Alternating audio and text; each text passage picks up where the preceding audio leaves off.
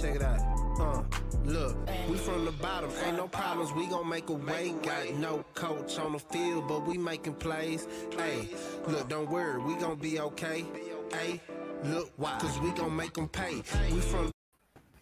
Hey, what's going down, sports fans, hustlers, capitalists, gamblers all around the world? It's your boy Marley coming at you with a late night part 2 version of NFL Week 3 lines, picks, and predictions. As always, I got my guy from the Raw Word Sports Podcast, Mr. LJ from Houston, joining us again. What's going down, LJ? What's the deal, sir? And in the building, as well as my brother in bet in crime himself, Mr. Mikey Hova, the Reaper. What's up, Mikey? Hey, what's up? So I've been we're gonna pick up where we left off. And Mikey, I've been saying your picks out loud as well as posting them in the chat for the earlier plays. So your picks are current. Okay.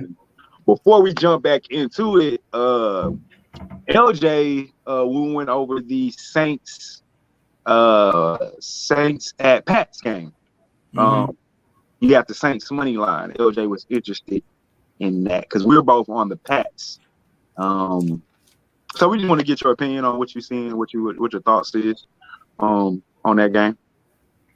Well, I think eventually the Saints gonna get it together. Last week they had players out with COVID, right? It was mostly coaches, like 7, all on the offensive side of the ball. Yeah. I think it was like 7 coaches. Which position coaches and what they did, I don't know. But and I'm gonna assume it was a couple players. I'm not sure, but I know for sure it was like 7 coaches on the offensive side of the ball. Yeah. What role they play and whatever, don't know, no clue. It's hard to game plan. Your routine has to change because once they go to protocol, like they can't even be on the field or be in the meetings. I'm sure they can't be at the field. It's not. So I just feel like, I mean, of course they were handled. Obviously, the Panthers got a good defense, so I'm not gonna take nothing away from them for that. But I think the Saints can bounce back. Main thing, they're gonna have to be able to run the ball. The Patriots, they beat the Jets last week, I believe, right? Yes. Yeah, I really wasn't too impressed with the Patriots. I mean, Belichick does that to rookie quarterbacks. Actually, the Jets. I think the Jets outgained the Patriots. They turned the ball over 4 times. So, they've been squeaking out some wins and whatnot, but I feel like New Orleans, especially if they're at full stream, I feel like they can go in there and get the job done. I think that they're gonna have to go back to the drawing board, and I believe in Peyton, and sometimes you have some games like that. I just haven't really been impressed with New England. Mac Jones, he's been. I'm impressed with Mac Jones, honestly. He's been doing a decent job, enough for right now. Like if you look at him, it's pretty much kind of like, I don't know if y'all remember back in the day, right? Remember when Brady first took over? Yeah, run the ball, play good defense. Seymour. That's all he was. And so Seymour, Harrison, and that's and he's not turning the ball over. I mean, that's what you need a quarterback to do. Right. And so I feel like the Saints can go in there and get the W. So we'll see. We definitely shall see. LJ, was there any? I think it was one more game we kind of was off on as a group, if I'm not mistaken, or was that? That's the only one off the top of my head. Yeah, was it the Jags? Yes. No. For me it was. Yes, it was the Jags. What about the Jags? Because Mikey had the Jags plus 7.5 over the Cardinals. Yes, I picked them to cover. He picked them to cover, not to win. Yeah, because I feel like that's not necessarily a question mark. I mean, watching the Cardinals the last 2 weeks, they've given up a lot of points, and they went into overtime with Cincinnati, and they should have lost the Minnesota game. So that's not necessarily if you were picking them to win, then I could be like, hold on, defense ain't that bad. But will the Cardinals score on? I mean, are the Jags capable of scoring on the Cardinals defense? Yes. So I think they are. I can see why you would take that. Do I think they'll be close enough to win the game or close enough to cover that 7? No. But again, we're talking about two. We're talking about 7.5, and then you can sometimes you can get that late garbage. You might get it back door. And they're at home.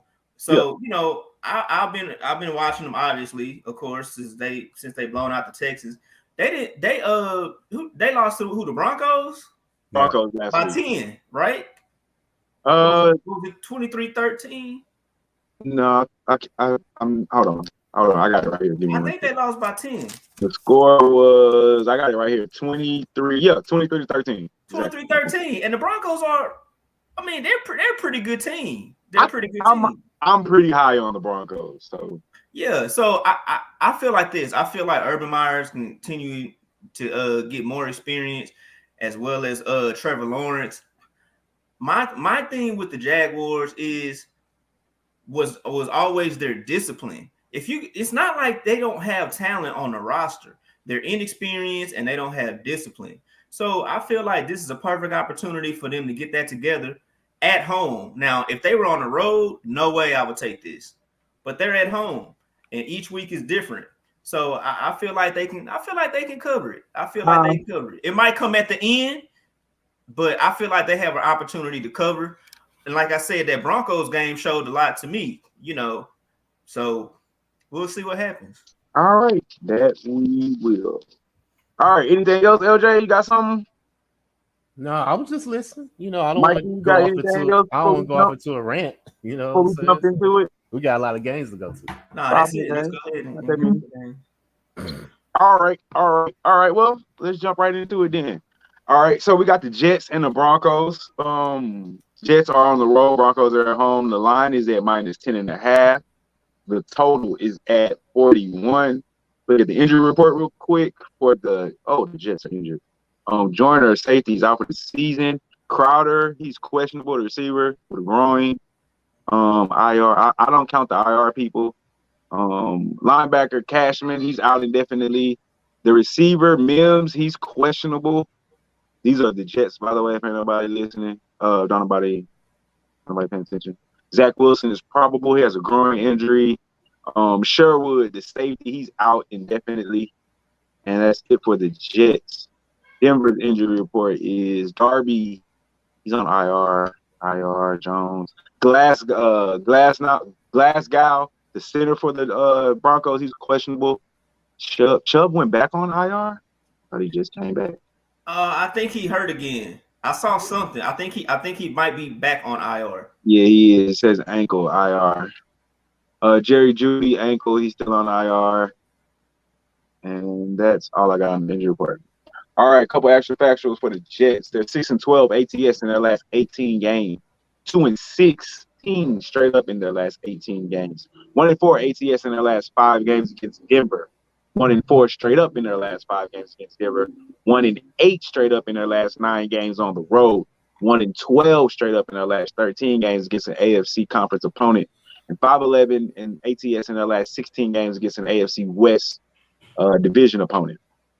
The Broncos, they're 5-2 ATS in their last 7 games. 2-6 straight up in their last 8 games at home. 1-4 straight up in their last 5 games against an opponent from the AFC conference.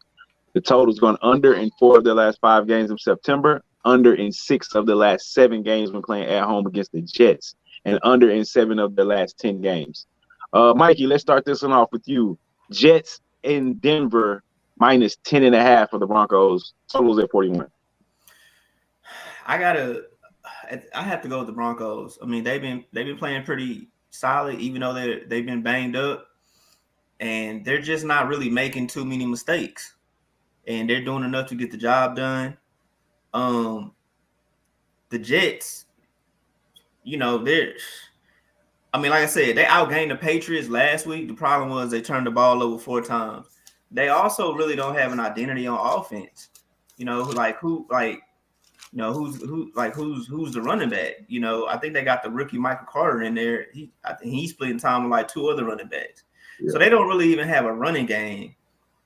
And it's hard for me to pick them to go on the road against a tough team like the Broncos, especially in the atmosphere like Mile High. So especially after what I've seen, their performance the last 2 weeks, I can't do anything with that. So I would definitely have to take the Broncos minus 10.5. I would definitely be surprised if the Jets were to cover. I would, just based off what I've seen the first 2 weeks, I would definitely be surprised. I got to go with the Broncos minus 10.5 here. Got you. LJ? I concur with those quotes, and I also will take the Broncos first half. So I'll double up first half and 4 game. Let me get that first half. You got lines? Yeah, I got them right here.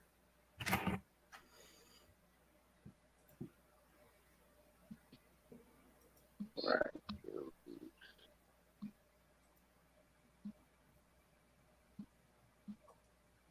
Should be probably -6.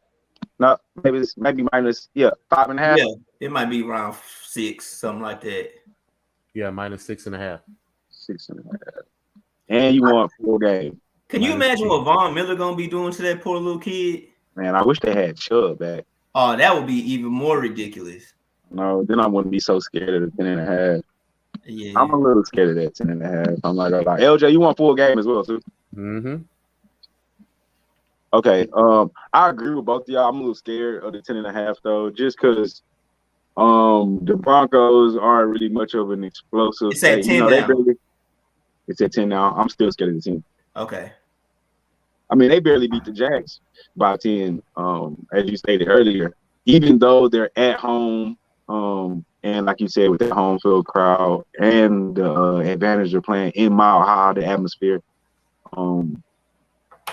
But I just don't. It's something about NFL plays in double-digit spreads with me that I kind of tend to shy away from. But I do like the under 41 because I don't think that the Jets will be able to put up a lot of points there. Like Mikey said, what do we know the Jets for? Like, what are they? What is their identity? Are they a running team? Are they a passing team? Or do they want to spread you out? I really don't know what they're trying to do on offense. I know Salah, the coach, wants to play good defense and run the ball. He comes from Seattle. He doesn't want to get into shootouts. That's not his team. The Jets are a turnover team. That's what they are. Yeah, well, that too. They tend to, exactly. But both of the Broncos games, first 2 games went under 41. Even the Giants game where they scored 27, it was right at 40. So I don't see the Giants scoring 27, 30 points. I like this game to be similar to what we saw in Jacksonville, 21-10, 24-10, maybe a 24-14 if the Jets can get 2. I don't really see the Jets getting 2. Like LJ just said, they're a turnover machine. That Broncos defense is legit, and I've been saying this since before the season started. Teddy Bridgewater is going to straighten right the ship. He's not going to take you to a Super Bowl, but what he does, he's going to play solid quarterback play. He's not going to turn the ball over, and he's going to make good decisions. He's not going to put you in harm's way. If you surround him with athletes, they can do the scoring for you. So he got Sutton, he got Noah Fant. Jerry Jeudy's out, but he got weapons around him that can go win games. He's not going to, throw you for 300 yards and 4 TDs and that shit, but Teddy's more than capable of giving you 2 touchdowns, a solid 270, 280 with no picks. So I see something like that. Just to turn the ball over. I like the under. I do love the first half, but touchdown, I still don't like that. So I'm going to just stick with the under. I guess I'm being scary. Yes, you're being very scared. Yeah, man, it's just something about double. Man, I don't know, man. I'm just weird about double digits because backdoor covers. I hate that shit. Like, I hate to lose. So did you think that Green Bay was going to cover last night against Detroit, the -13? I didn't take it. I did. You were scared of that? You were scared of the -13? Yeah, I was. Hey, bro. I didn't take it. And shit, the game I was, think I the had it game at was. I minus mean, 11. the 13. You should have been nervous up until the fourth quarter. Yeah, I mean, I had it at 11, and I ain't gonna lie. The fourth quarter, I was like, man, I need another score. it's not like it's not like they was up double digits. Just you were just cruising to that double digit victory. I mean, it took a fourth quarter fumble in the rain. It took hold on, no, it took a pick and then a fumble on the last two possessions. So I mean that 13 just wasn't the safest, and that's what scares me. Like, it wasn't safe because Campbell called timeout. The Lions coach kept calling timeout to get the ball. Normally they don't do that; they give up. So I was kind of nervous. I ain't gonna lie. And so just think about it like this: Broncos up 17 with 3 minutes left.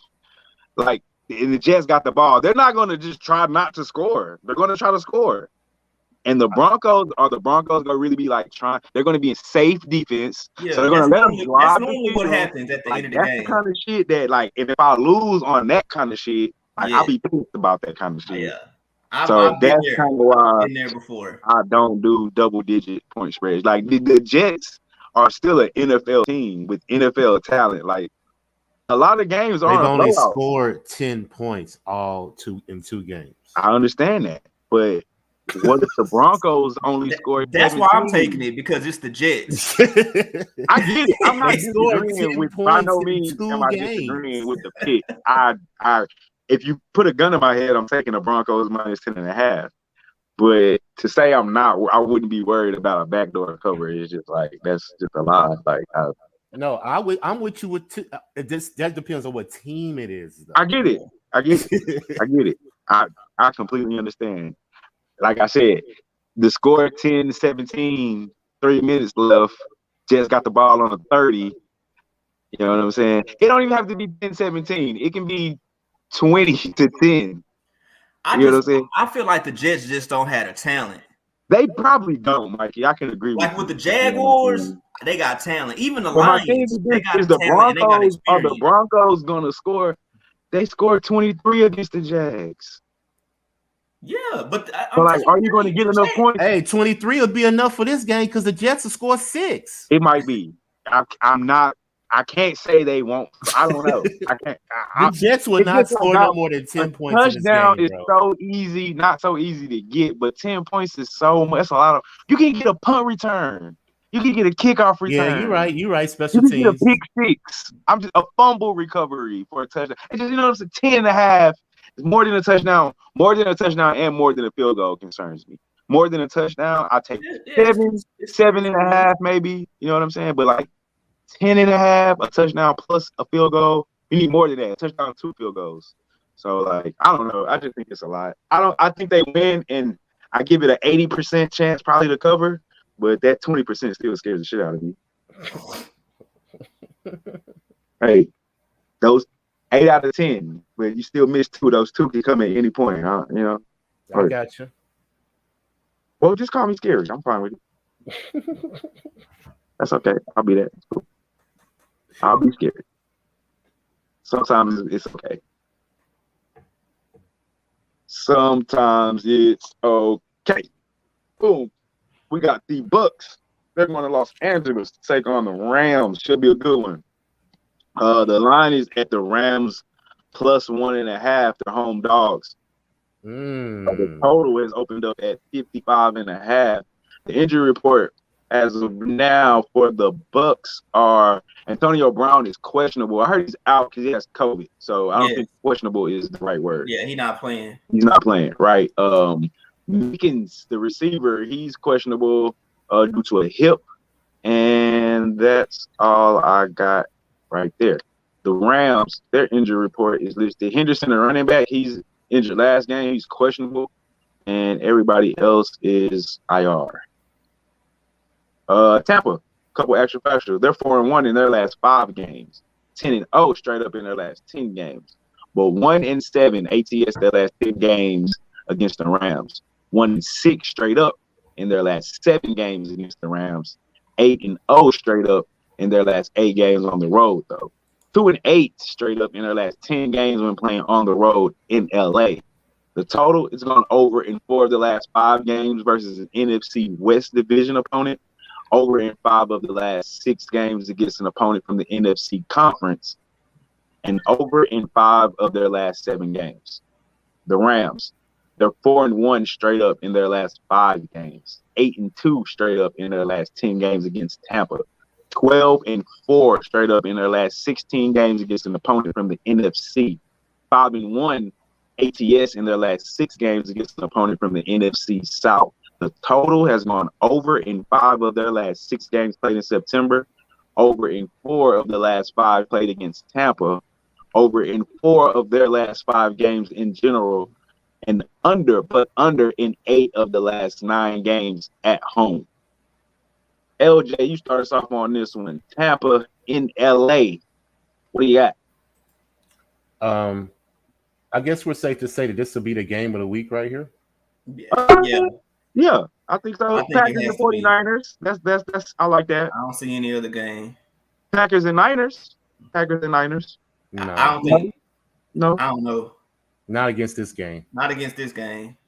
For the simple fact, number one, this is the first time Tom Brady is playing in Los Angeles. So this is the first thing for him. Number two, we already know that, like you just said, Tampa Bay is good on the road.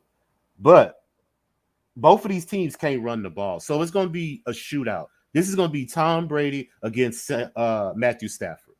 This is what kind of game this is going to be. So it's all about what better quarterback you think is going to bring the victory. So going through these numbers, I broke it down to like this. Red zone. Tampa Bay is number 1, 5 red zone attempts a game. So that lets me know that they can get down the field and get to the goal line and attempt to score. Now, being that they can't run the ball, they're only averaging 19 yards a game rushing, bro. No, I'm sorry, 57. 19 attempts on 57 yards rushing. That's awful. So my thing is this. You get to the red zone, so how are you getting to the red zone? You're passing the ball. So what that means, Tom Brady is picking apart defense. What that means, no pressure is being put on him. Okay. Now you have a defense that could put some pressure on Tom Brady. You got Aaron Donald. You got the defensive line. You see what I'm saying? And that's the recipe to beat Tom Brady. You got to put him on the ground. Get him off his launching point. Stop him from being comfortable in that pocket. So with that being said, I think this is be a great game for the Rams to catch them vulnerable because Tampa Bay does lead the league with penalties, 20 penalties for 109 yards. So that lets me know they're not disciplined enough right now. They don't have no cohesiveness going on because they're making too many mistakes. Granted, they played Dallas and Atlanta. You get what I'm saying? Atlanta had the lead on them. I think Dallas had the lead on them too at one point Thursday night. I don't know, but it was tough. So it's not like they just beating these teams straight up. You get what I'm saying? They have to work for it, pretty much what I'm saying. So this is going to be the biggest test Tom Brady has so far, week 3 against the Rams. So my pick, I'm taking the Rams money line to beat Tom Brady in LA. Okay. Money line on the Rams. Mikey, what you talking about? I'm going the opposite way. I'm taking the Bucks money line. They just, I mean, you got Tom Brady over there, and of course we know that they're having problems running the ball, but the attempts will still be there. They're not gonna abandon the run. They're still gonna go back to the run. So we're gonna see what the Rams are gonna do against it. Most likely, the Rams, they're a pretty good run defending team. So most likely they'll probably shut that down. Okay, if they do that, then of course Brady's gonna have to go to the air more. I think ultimately they're coming off that game, even though of course it was against the Falcons. The defense did give up. I think the defense gave close to 300 yards, but they had I think they caused 3 turnovers or something like that. So that's gonna be one of the most important factors in this entire game. Who wins the turnover battles, and I think who wins the time of possession battles. Even though it's kind of like both teams can't run, somebody's gonna win the time of possession battle. And so with the Rams, last I read, Darrell Henderson had an injury issue with some cartilage in his ribs, so he's gonna be reevaluated Friday. But to be honest with you, I don't think he's gonna play. So probably Sony Michel will be his replacement if he doesn't play. So for me, I'm gonna go ahead and ride the Buccaneers with their defense. And we got to realize this is week 3, so we do see these teams with these weaknesses, but I feel like the teams who are more the teams that are more equipped to rise to the occasion are the teams with veteran leadership and experience. And so I think the Bucs will rise to the occasion. I think they'll go ahead and go into LA and they'll get the W. So my pick is the Bucs money line. Man. I should have saved this game for last. I wasn't thinking about it when I was done. All right. So this is what I think this game is going to come down to. It's going to come down to the fourth quarter, who has the ball last. It's going to be a tight game all the way through. And I think it's going to come down to either Stafford or Tom, whoever has the ball last, and they're going to have to go down and put together a game-winning touchdown or field goal drive. Now, to me, it's going to be on the defense. So I think the Rams have the better defense in this game thus far. I think they're giving up 19 points a game, whereas Tampa is giving up 27 points a game, and they're also giving up over 400 yards total offense on defense. Now, I think that the Rams are more battle-tested based off their two opponents they played, Indy and Chicago, versus Bucs played an Atlanta team that I don't think anybody on this panel here thinks are going to make the playoffs, fighting for a chance to make the playoffs, or even had any expectations of them doing anything above maybe being at 500 at best. And a Cowboy team who, if they don't win their division, don't have a chance of making the playoffs. I don't know if anybody in here has them winning the division, but I assume we all have them as being a mediocre team at best. I just think Aaron Donald and that defense and that they still are hungry. They still got something to prove. I think they're going to look at this game as like a really big game, as a Super Bowl preview type game. Whereas I'm not saying the Bucs won't look at it as a big game, but they got Mr. Tom Brady over there who's probably going to be telling them, look, guys, it's just another game on the schedule. It's not a big deal. We won a Super Bowl. Let's take care of, the cliche shit of it's just another game. Whereas I think the Rams are going to treat this as like a measuring stick, stepping stone, and point to prove that we are here, that we are a Super Bowl caliber team. Look, we can beat the Super Bowl champs from last year type energy is definitely going to be permeating from the beginning, throughout the beginning. So I like the Rams here on the money line, ride that home field advantage. If this was in Tampa, I'll probably go the other way, honestly. I'm going to take the home field advantage with the crowd. I think Stafford and everybody, I wish it was a night game instead of a daytime game because it would be just that much better in LA. But I like the Rams here on the money line. I think it'll be tight. I think it'll be close. I like Ramsey and them in the defense to give me one more stop than the Bucs can right now. And I think Antonio Brown is going to be missing. I think that's going to be huge in this game because he shined last game, him and Grunt. But he was going to Antonio a lot. So last week, they have a rapport. I think that's going to be missing because I think Mike Evans is a little still nicked up, I think, if I'm not mistaken. But I like the Rams. All in all, with that being said, I like the Rams on the money line. I'm right there with LJ on this one. Even though I hate betting against Brady. Conventional wisdom usually says that, but yeah, I think the circumstance is different right here. I mean, he can be beating the regular season, but damn sure in the playoffs don't bet against his ass. Freaking Wonder Boy. All right, let's keep going. Got my guy, Russ. Seattle Seahawks. They're going on the road to take on Captain Kirk and the Minnesota Vikings. That line is at the Vikings, their home dogs at +1 and 2.5. Excuse me. What's up?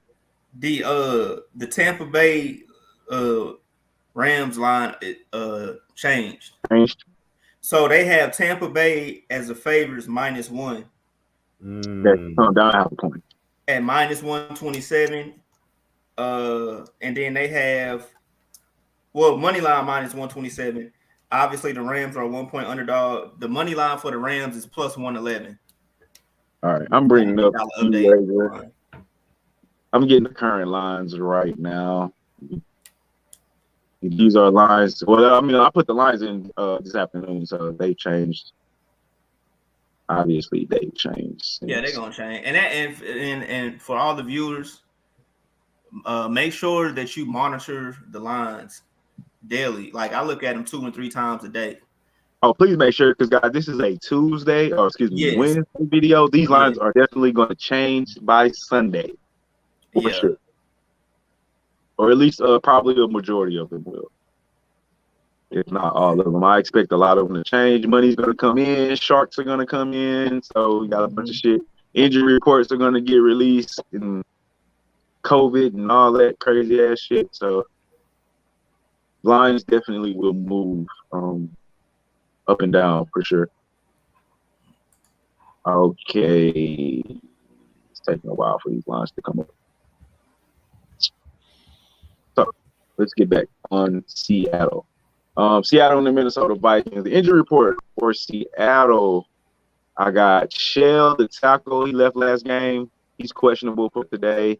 For Sunday. Moan, the defensive tackle for the Seahawks, he's questionable. And Eskridge, the receiver, has a concussion. He's questionable. On the Minnesota side of things, Griffin, the DN, is questionable. His concussion protocol. Barr is questionable for his knee. Cook, running back, he's questionable he has an ankle injury. Hand, the cornerback, he's questionable. Darisaw, the tackle, is questionable. I'm pretty sure all those guys are probably going to play. Seattle, a couple actuals. They're 5-10 in ATS in their last 15 games. 5-2 straight up in their last 7 games. 5-2 ATS in their last 7 games against Minnesota. 7-0 straight up in their last 7 games against Minnesota. 1-6 ATS in their last 7 games on the road. 1-5 ATS their last 6 games against an opponent in the National Conference in the NFC. 5-1 straight up in their last 6 games against an opponent from the NFC North Division. The total has gone under in 5 of their last 6 games when playing on the road in Minnesota, and under in 8 of their last 11 games. Minnesota, 1-8 ATS their last 9 games. 1-5 straight up their last 6 games. 1-6 ATS their last 7 games against an opponent from the NFC Conference. 0-5 straight up in their last 5 games against an opponent from the NFC West Division. 0-6 straight up in their last 6 games played in September, and the total has gone under in 5 of Minnesota's last 6 games when playing at home against Seattle, but over in 8 of Minnesota's last 9 games at home, and over in 5 of their last 5 games, generally speaking. Mikey, I think we're back on you. Seattle at Minnesota. What you got? Man, this one here is kind of tricky because both teams are coming off of losses, I believe. Mm-hmm. And shit, the Vikings, they missed the last. Did they miss the 30-something yard field goal? It should have been a chip shot field goal. Yeah, so that's just one of them things. So I'm just looking at how they played. I thought they played well enough to win the ball game. They should have won. They should have won. If you ask me, both teams should have won last week. Exactly. So. And that's why I say that's what makes this matchup that's what makes this matchup so intriguing. So I'm gonna put it like this. With a matchup like this, I'm gonna have to go with the better quarterback. I'm gonna have to go with Russell Wilson. That's like, it's really nothing else I could really just say. Now, Cousins, he's not chopped liver or anything like that. He had a pretty decent game last game, and the Seahawks defense really didn't look that good. So I'm pretty sure Kirk could probably do a little something against him. But I think it's going to be a really, really, really, really tight game. And so I got to go with the quarterback. Is that a money line or is that the -1.5? That's the money line. I got to go. I got to go with them to win. LJ, you're a Russell Wilson guy. You betting against him? Nah, I'm gonna take Seattle -2. Because I sort of the philosophy that Mikey just said. I'm just taking the better quarterback. Plus, Seattle's a good team off a loss, ATS. You know what I'm saying? I think they're number one actually in the NFL against the spread after a loss since 2006. Yeah. And I think Minnesota's banged up. I think Dalvin Cook got hurt against the Cardinals, so I don't think he's going to be 100%. And I just don't trust Minnesota, to be honest. Like, they could easily be 2-0 right now. You know, they lost in overtime against the Bengals. They lost last-second field goal against the Cardinals. So that right there lets me know that they're not disciplined enough to finish. You get what I'm saying? And leadership there is questionable, in my opinion, from the quarterback position. So I'm going to trust the more stability. I'm going to trust the more history of Russell Wilson playing on the road, because I think he got a great road record, you know. Plus he's coming off a loss. And the pride that Russell Wilson has, he doesn't take losses too kindly. So I think this is going to be a great statement game. But the defense does have to stop the run, bro. I mean, the Seattle Seahawks are giving up 162 yards on the ground. That's second worst in the NFL. Yeah, that's terrible. That's terrible. If Dalvin Cook if they get that running game going, it's gonna be a long day. But I just think that he's too banged up. I don't feel he'll be 100%. And I think if you want to try to get Kirk Cousins to bring the game home, like you say, last minute, fourth quarter, let's say it's a 3-point game, tie game, whatever it is, I trust Russell Wilson on a 2-minute drive, opposed to Kirk Cousins on a 2-minute drive. With that being said, Seattle -2. What the hell is Coach talking about? Oh man, y'all don't know nothing about boxing. Man, we talking about football. Huh? Yes, they got to be Coach. Coach just started back smoking since he been coach. Really? He probably real high right now. What you talking about, Coach? We talking about football. Ain't nobody talking about no boxing matches. Ain't nobody brought up no fights. I don't know where this comment came from. That is funny. That is funny. Yeah, I don't know. I don't know how to respond to that comment. But yeah. So back on this. LJ, what's our philosophy about teams that give up more points than they score? Hey, you don't take them usually because they give up more points than they score. Exactly. So with that being said, Minnesota is averaging 28 points a game while giving up 30.5 points a game. It's 2 more points than they score. They're also, as LJ pointed out, they're giving, well, he pointed out Seattle, but they're giving up 126 rushing yards a game and 456 total yards per game. Russell Wilson is going to shred this fucking Minnesota defense. I wouldn't be surprised if Dalvin Cook being hurt is a bummer for me, because I don't know if they're, like you said, they're giving up 162 yards a game. They should be able to run wild on them. But if he's hurt and it's with an ankle, I don't know how much running he's going to be able to do. But I agree with both of y'all. At the end of the day, if this game comes down to whoever has the ball last with 2 or 3 minutes left, I don't trust Minnesota in last-minute games, like at all. They got a history of missing close field goals, and Kirk Cousins has a history of not delivering in his most clutchest moments. So I'm going to rock with Seattle. I agree with both of y'all. I'm going to take the money line, however, just because Seattle tends to play close games. We saw that last week. They gave up the fucking lead in Tennessee. So just give me the money line, give me the win. Russ, get in there and get out. Coach got Seattle money line official play. So it looks like we're all on Seattle here. Oh, excuse me. All right. In Russ, we trust. As I like to say. 2 more games left. Let's get into this divisional game first. Well, they're both divisional games. No, they're not. Yes, they are. No, they're not. This one is though. Eagles. They're going on the road to take on the Dallas Cowboys. That line is at the Cowboys -3.5 at home. The total is at 52. Let's get a couple actual factuals here for Philly. They're 2-8 straight up in their last 10 games. 2-5 ATS in their last 7 games against Dallas. 2-5 straight up in their last 7 games against Dallas. 1-6 ATS their last 7 games on the road.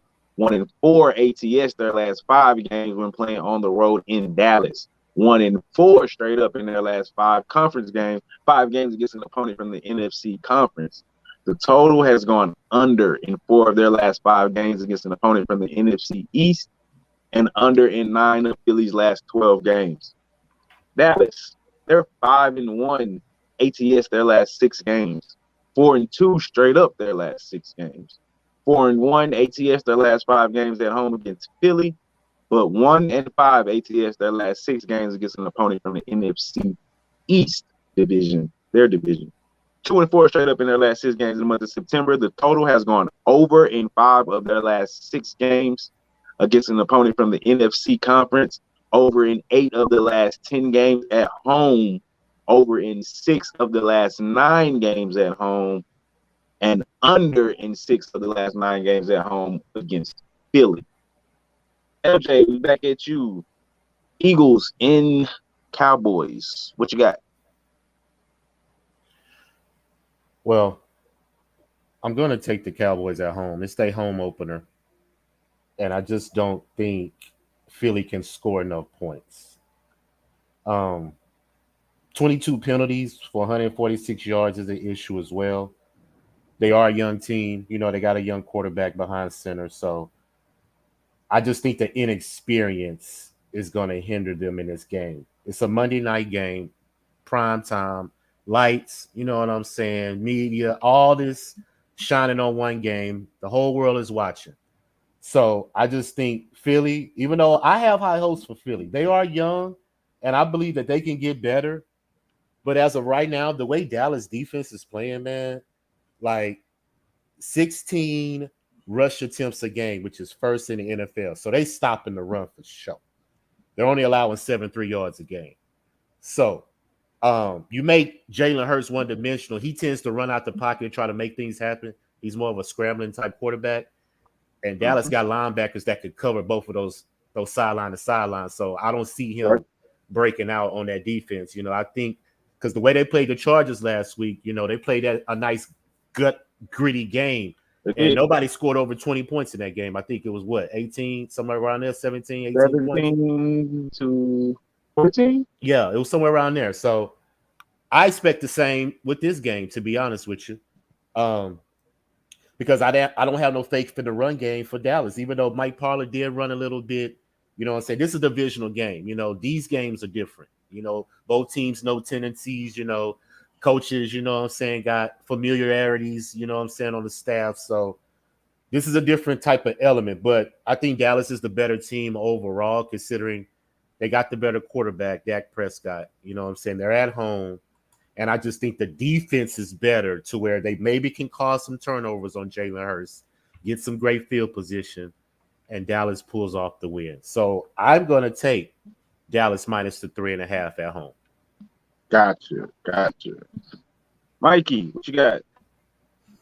I'm going to go ahead and take Dallas with the points. And You did not want to make that play. I'm not a cow. I'm not too fond of the Cowboys. But everything points to them minus 3.5.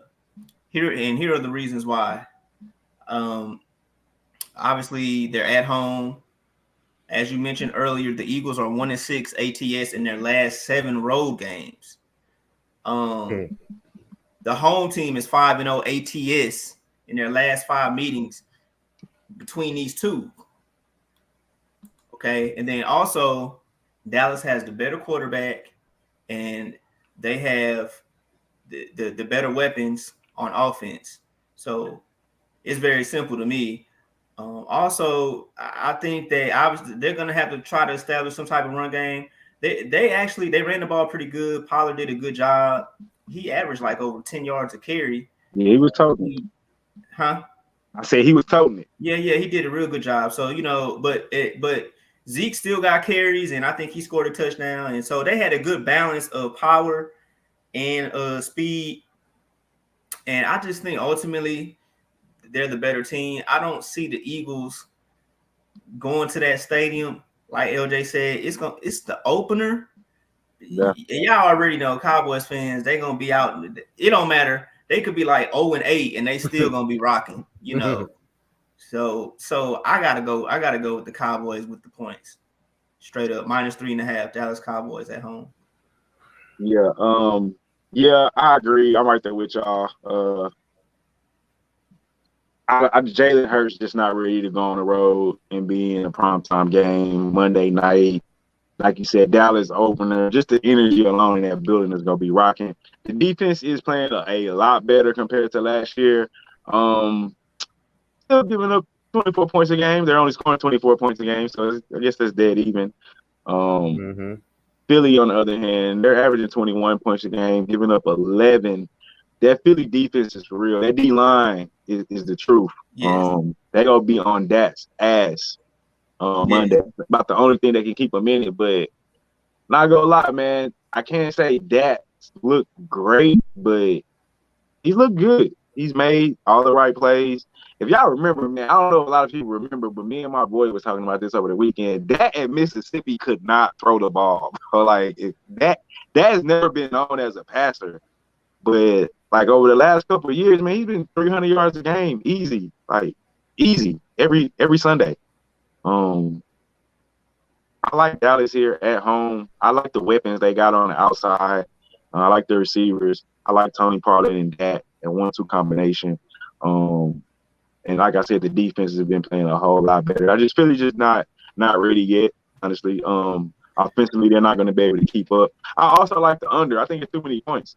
Philly's not going to score. Like you said, this is a divisional battle. Both of these teams are not high-powered scoring team. I think I like the under 52. That's going to be official play as well. I got the Cowboys on the money line, though. So I like the money line, and I like the under 52. I don't see Jalen Hurts putting up a bunch of points, nor do I see the Cowboys putting up a bunch of points on this Eagles defense, just because that front line is so ferocious. I watched them. I know it was against Atlanta, and Atlanta, we know what Atlanta is, but that D-line was humping, and that D-line has been good for the past couple of years with Cox in the middle. So I think one of the things that's been most impressive too is Kellen Moore's play calling, the Cowboys offensive coordinator. It has not been bad. It's been real good, and so and so I think what he's going to do to neutralize Philadelphia's defense, especially their defensive line, is play with some tempo, so these guys can't. First of all, so these guys can get tired, but secondly, so they can't rotate and substitute out.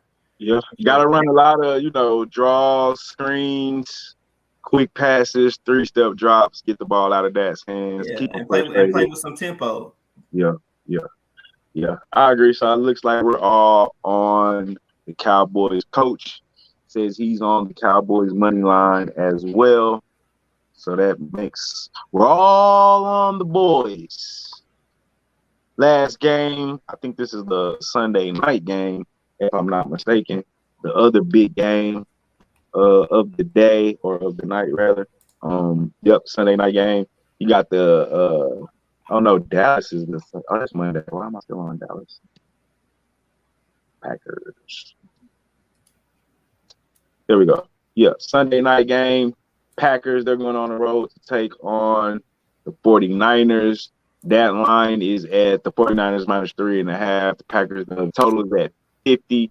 Couple actual factuals for the Packers. They're 4-2 ATS their last 6, 8-2 straight up in their last 10, 2-6-1 ATS their last 9 games against San Francisco, 3-6 straight up in their last 9 games against San Francisco, but 9-4 straight up in their last 13 road games.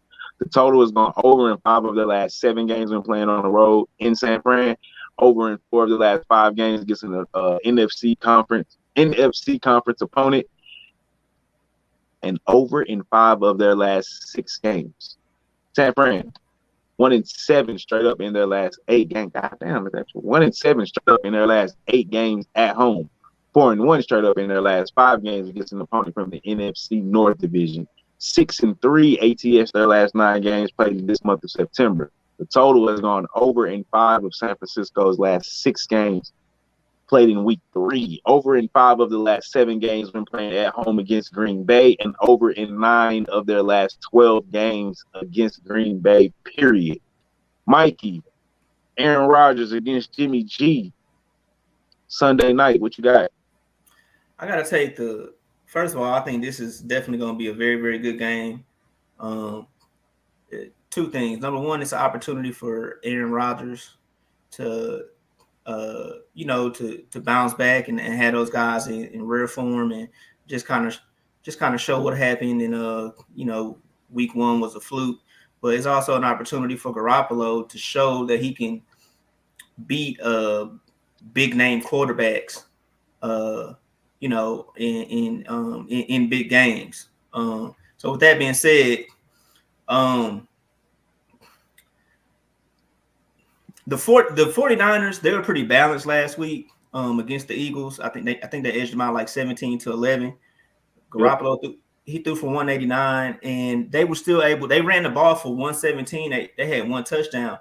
But the thing that really got me was that that was on 38 carries. So that's telling me that they're really, really committed to the run.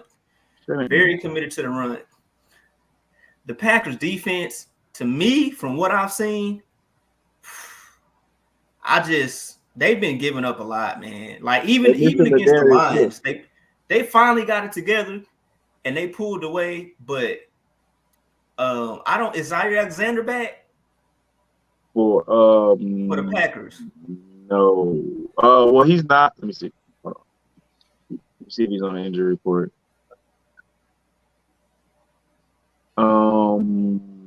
He's not on the injury report. Okay, so he's probably back, and if he's back, that makes me feel a lot better. Zadarius Smith still is, though. Yeah.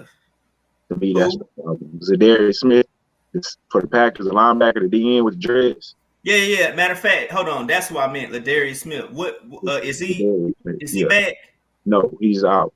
He's out. Okay, I'm tripping. I think Alexander's the cornerback. So those are the things that concern me about the Packers. Also, the lack of protection.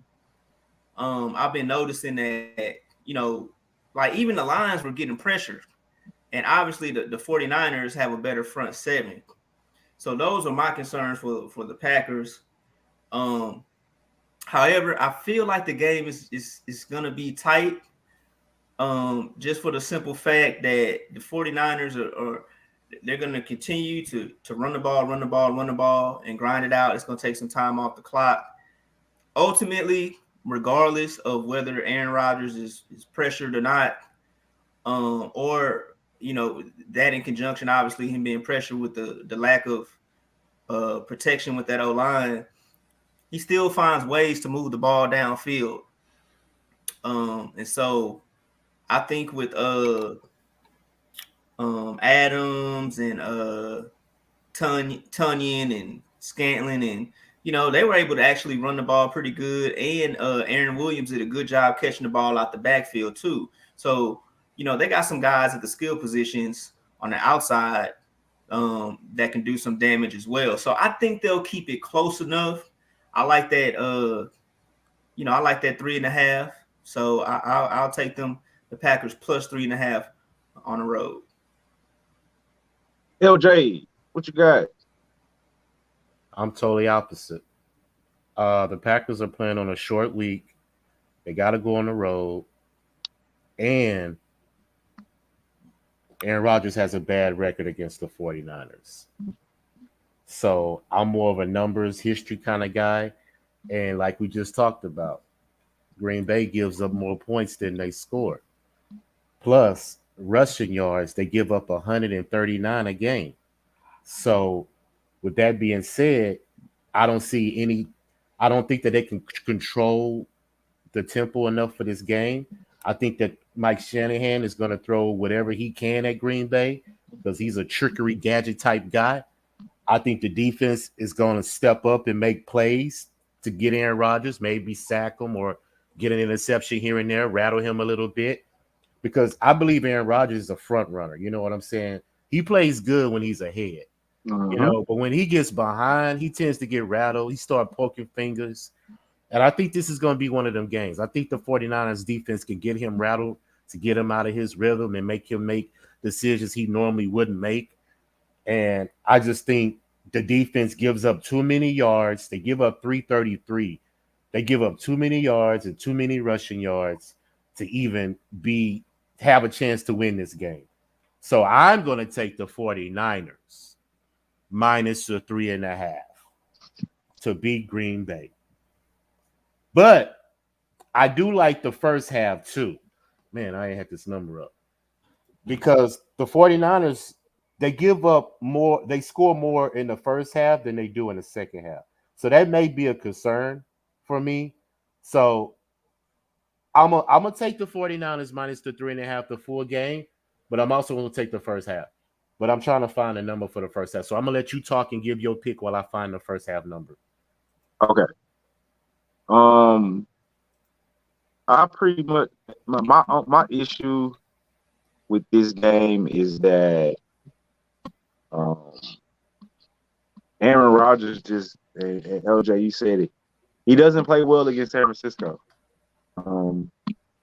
Shanahan has his number, and until I'm shown otherwise, I can't take him on the road. Let alone at home. Over his last minus the 3. It's minus the 3 for the first half too, I think. Okay, I got you. Yeah. He's 2-6-1 in his last 9 ATS against San Francisco. 3-6 straight up in his last 9 against San Francisco. And the missings of Darius Smith on that defense has been showing week in and week out. And Shanahan finna run that ball, man. Whether he got a running back there or not, if he got to hand the hoe off to Debo Samuels coming in around, like he gonna run the ball. That's what he gonna do. He gonna run the ball. Like you said, 36 attempts, 38 attempts. What'd you say earlier, Mikey? 38. 38 attempts. That's a commitment to running this ball down your damn throat. 38 attempts for only 117. That's a hell of a commitment. That's a commitment. We're not even really doing nothing with it. But just to keep you off balance and just to keep this physicality going, we about to run this ball. That's because he don't trust Jimmy G like that. That was the next couple of words that was coming out of my mouth. He don't really trust Jimmy G like that. But one thing Jimmy G do, he wins games though. His problem is his ass can't stay healthy. So yeah, I look at this as like Mikey said earlier. He's on every game he plays is an audition for another team to be the franchise quarterback. Because if not by week 10, 6-10, Trey Lance hasn't taken over. Trey Lance will be the starting quarterback for San Francisco at the start of next year, if not by end of this year. So he's auditioning. He's gonna try to attempt to play his best every week. I just like San Fran at home here. I think Shanahan has Aaron Rodgers' number. Jimmy G scares me though because he fucking just barely produce. And do I like the Packers to go 1-2 to start the season off? No, but their division sucks, so I think they'll be all right. And I like San Fran at home. I got the money line though. I'm not giving Aaron Rodgers 3.5 points. Fuck no. So that's all I got for today. That's all the games. I got everybody plays here. LJ, if you want to look over yours, kind of ran out of space, so I know you have 49ers first half. I have it written down. Hold on, let me take a picture of that because that's too much to write down right now. So these stay in the chat. I don't take them off until I do next week's show when I write the record down. Nobody got to worry about anything. I got it. And then these are my play. Well, they put Mikey's plays up. Mikey, I may have missed some, but I know I have yours in my text messages. If I did, but if you want to look over real quick, make sure what I do have on here is correct. So hey, I want to mention some before we get out of here. Yeah. We're good. Is all that right though, Mikey? I know I got all, if I'm missing any, I have them in my text messages, so don't worry about that. That looks about right. I think that's all of them. I think that's all of them though. Yeah, that looks about right. That looks about right. I don't know why I put Mikey plus 7.5, but it should be Jags right after that Panthers -8. Yeah, Jags. Because Mikey plus 7.5. Panthers. Yeah, that's you had the Seahawks. You got the Seahawks on there. Yeah, You got the Raven. Yeah, that's I wasn't here. I wasn't here doing the first segment, but I did, and y'all probably didn't even talk about the game. But I did Falcons money line over the Giants. That is, I skipped that game, but I did mention that you have the money line. Okay. Yeah. Other than that, yeah, that's everything. Okay. You're right. I did not do that game, but I did mention that you have the Falcons on the run. I actually might follow you because I think they're a live dog. I don't know if they can win. They'll win, but they can win for sure. Never They're bet plus on the 142. Falcons. I know. I just hate the fucking Falcons. No bet on the Falcons, though. All right, LJ, what you want to talk about? I have an interesting parlay that I want to give out. Just going through the numbers. You know how you do your $5 come up? I think this will be a good $5 come up right here. All right. Hold on. Let me oh man, I don't got that segment in here. I gotta bring that segment in here. I don't have the banner for that. Yeah, you gotta bring that back, bro. Because I'm a way better capper on football than I am on any other sport, bro. Right. So far, college basketball has been my number one sport, but football season just started, so we'll see. I like to think I'm a better football capper than anything. Same here.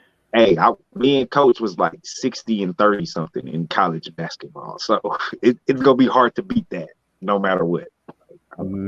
That's 30 games above 500. But this is something interesting I wanted to say. The NFC North, Green Bay, Chicago, Detroit, and Minnesota. That is the only division that all four teams have a negative point differential. They are all four of those teams are giving up at least 25 points a game on defense. So I wouldn't mind taking a four-head parlay. 49ers over Green Bay, Cleveland over Chicago, Baltimore over Detroit, Seattle over Minnesota. All win. Fade NFC North. Fade the NFC North this week. And also, if you want to get real savvy with it, you can take every team in the NFC West this year. 49ers over Green Bay, the Rams over Tampa Bay, Arizona over the Jags, Seattle over Minnesota. You can get savvy with them too. I like that. Because all those teams all have a positive point differential. The only division that has that. Just want to throw that out there. You know, I like that. Little tidbits. I like that. I like both of them. Yeah. I like that. I might play those, LJ. Just a little tidbits, you know what I'm saying, just to throw out there for the viewers. I like that. Or I might do a teaser with those four. Now I'm thinking.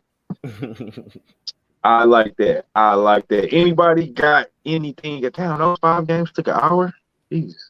Yeah. So I just want to let everybody know that the 2021 WNBA playoffs start tomorrow.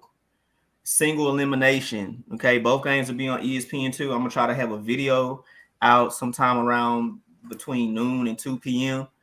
Okay, so the Dallas Wings, because the lines are not even out yet. The WNBA, for some reason, they wait till the last minute to release the lines. So you have the Dallas Wings with the Chicago Sky. That comes on at 8 p.m. Eastern. And then you have the New York Liberty at the Phoenix Mercury. And that comes on at 10 p.m. Eastern. So like I said, both games are on ESPN2. It's a single elimination. Both games, single elimination. That's what the first round of the WNBA playoffs are. So it's definitely going to be very intense. So I'm going to try to go ahead and cap some picks for you guys. Probably, like I said, tomorrow between 12 and 2. And then after that, I'm going to shoot a video for every round. Do that, Mikey, for real, man. I ain't mad at you. I like when other people do the work and I can just bet. For real. I love it. All right. Anybody got anything else? Nah. Oh man, They want to talk about. Oh, one more thing. We got some boxing matches coming up too. And then, so y'all know, obviously we'll probably not have time to do Joshua Usyk, which comes on this Saturday, but we're gonna have Fury and Wilder 3 right around the corner. We're gonna have Porter and Crawford, and then I can't wait till that match. And then we're gonna have Alvarez and Caleb Plant. So hey, did you see the yeah, everybody saw it. What you think about it? I thought he tried to slap him and he just reacted. Did you think he didn't touch him, huh? No. He missed time. I thought he missed. If he touched him, maybe some fingertips. Right. And then it looked like he caught him. Like Canelo caught him with the left. It wasn't no acting, I can tell you that. I don't know if it was fake or not, but my thing is this. If it wasn't fake and he threw that punch and Canelo weaved that way, he caught him with the left so fast, he's in trouble. That was my takeaway from it. Like, if it was real, he in trouble.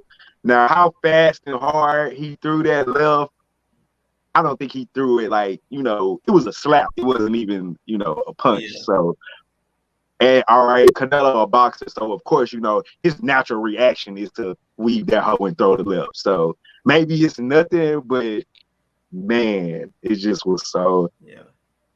He in trouble. It just, I don't know. I feel that way saying that because to be honest with you, bro, I like Caleb Plant, dog. Like, a lot of people pulling for him. I'm pulling for him, but I know I feel like he really don't got a chance. You know what I'm saying? Like, if I was a betting man, I would bet Canelo, but I would love if Caleb Plant can. I just want him to hang in there. That's why I don't even think he got a chance to win, honestly. Like, I just want it to be a good fight and him to hold his own and not get dominated. Cause I fuck with Plant, dog. But I don't know, dog. So that little exchange scares me for Plant. So we can look. So like I was telling y'all, stay tuned for some boxing videos in the future, and we're definitely gonna cover that fight, the Alvarez and Plant fight, and I'm gonna look at some of these fights that are definitely the next 3 big fights. Or what is it? 2? Yeah, 3. The Fury, Joshua, the Porter, Crawford, Hello, Plant. Definitely those 3. We'll do a video. Definitely. So stay tuned. We got some more content, just in some different sports, coming up for you guys. So when does the WNBA picks come out tomorrow? Between noon and 2. Okay. That's so when can I hit you up to see what I need to play? What time I need to hit? Well, you can hit me up actually as soon as you see the lines. Okay. The lines haven't been released. I've been looking everywhere, and typically, this is how it was throughout the season. It's like the lines don't get posted until the day of for whatever reason. But once the lines are released, you can hit me up though. I got you, because I'm trying to make some money on it. All righty then. All right. That's it, people. That's all I got. I'm kind of ready for those fights now. I just got hype about this shit. Man, I don't want to see my boy Plant get done like what's the old boy jaw he broke?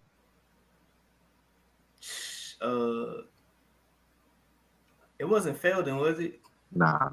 It was Lon Smith. The Britain dude. Was it Cole? It wasn't Kovalev. It was the dude from Britain, from UK.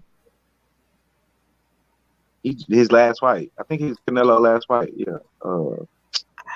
I know you're talking about. I just know he's from the UK, and he broke that nigga jaw.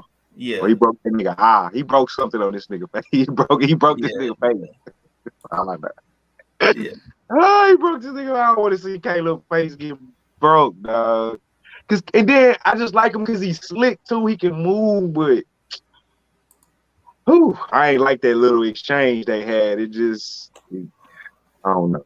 All right, people, that's it, man. We'll break it down. Billy Joe Saunders, that's who you're talking about. Billy Joe, he broke Billy Joe's face, and I don't want to see Caleb Plant's face. You don't want to see him break his face too. I don't want to see him break Caleb Plant's face, dog. Hope my boy can, get his week. Cause I like him because he's slick, dog. But I think just Canelo, man, Canelo might be another level, dog. You know what I'm saying? Yeah. I just don't want to see my boy face get broke. Well, it's gonna happen. So whether you want to see it or not, Get your popcorn ready. He said, "Get your popcorn ready. It's gonna happen." There ain't no doubt about it. All right, hey, before we go, last thoughts. Porter Crawford. Did we even get all these initial thoughts? That fight should have been made for sure. And that's why I'm kind of like, I'm cool with it, but I'm not riled up as everybody else is, because I feel like Wheeler hit that hoe. I felt like it would have been a more interesting fight had Crawford fought Porter when everybody on PBC was actually fighting each other. Yep. Now it's been a year and a half, 2 years since like. But they still good. It's not like they old. Yeah. But I think at the end of the day, I think it's gonna be a close fight, and they probably give Crawford maybe like a split decision or something like that. You don't think Porter can take? They'll give it. Porter got to knock him out. I think Porter can beat him, but if it goes to a decision, I don't think he's gonna give it to Crawford. They got to give it to Crawford because we got to get the. Yeah. Well, I don't know if they gonna ever let fight again. Spence. Yeah, Spence probably gonna be out for about a year and a half. It's something. Yeah, he had like a torn retina or some shit like. Yeah. Serious. And that shit probably parted from the accident. Yeah. So. But those are my initial thoughts about the fight. I'm glad they made it. So I just want to see a good fight. I agree with you. I think I just need to see. I think Crawford's the better fighter, but I gotta see him get tested. I ain't never seen him fight nobody that was worth anything. Not especially not at 147. So I see him in there with Porter. Everybody know what Porter brings to the table. He coming forward. He a dog, much respected in the sport, and he'll fucking knock your ass out if you give him an opportunity. So should be a good test. Finally, we get to see Crawford in some live action with somebody. We just not waiting on him to knock him out. His last couple fights, I just be waiting on him to knock the dude out. See it. So that's my initial thoughts. I think 60-40 Crawford, maybe 70-30 Crawford, but Porter got a chance. Porter got a damn good chance. He definitely has a chance. So I rock with Porter. But yeah, I think Crawford's the better overall. Wow, he's just so fucking technical and sound. Yeah. All right. AT&T Sportsnet. So that's all I got for today. Catch us next week, guys. After we hopefully we all come out with another 500 or above weekend.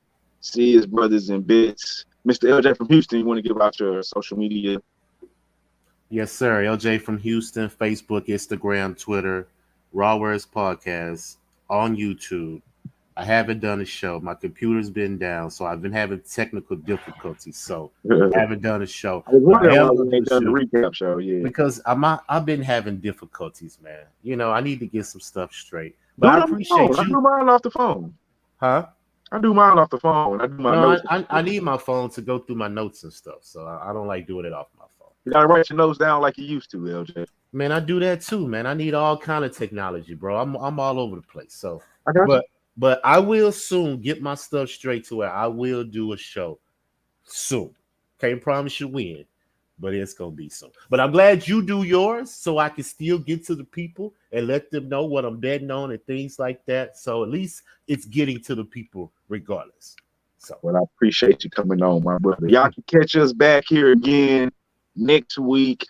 We may not do a Sunday morning live show. We'll see. Y'all hit the fellas up, see what they got going. If not, catch us back here next Wednesday, Tuesday for the college show. Catch Mikey tomorrow on the Wnba show for the playoffs that are getting started. And just come back and holler at us up here, brothers and bits. Take notes, win some money. We all trying to win some money. If you got the plays, put them in the chat. We'll take them too. Other than that, I know what it is. Let's be.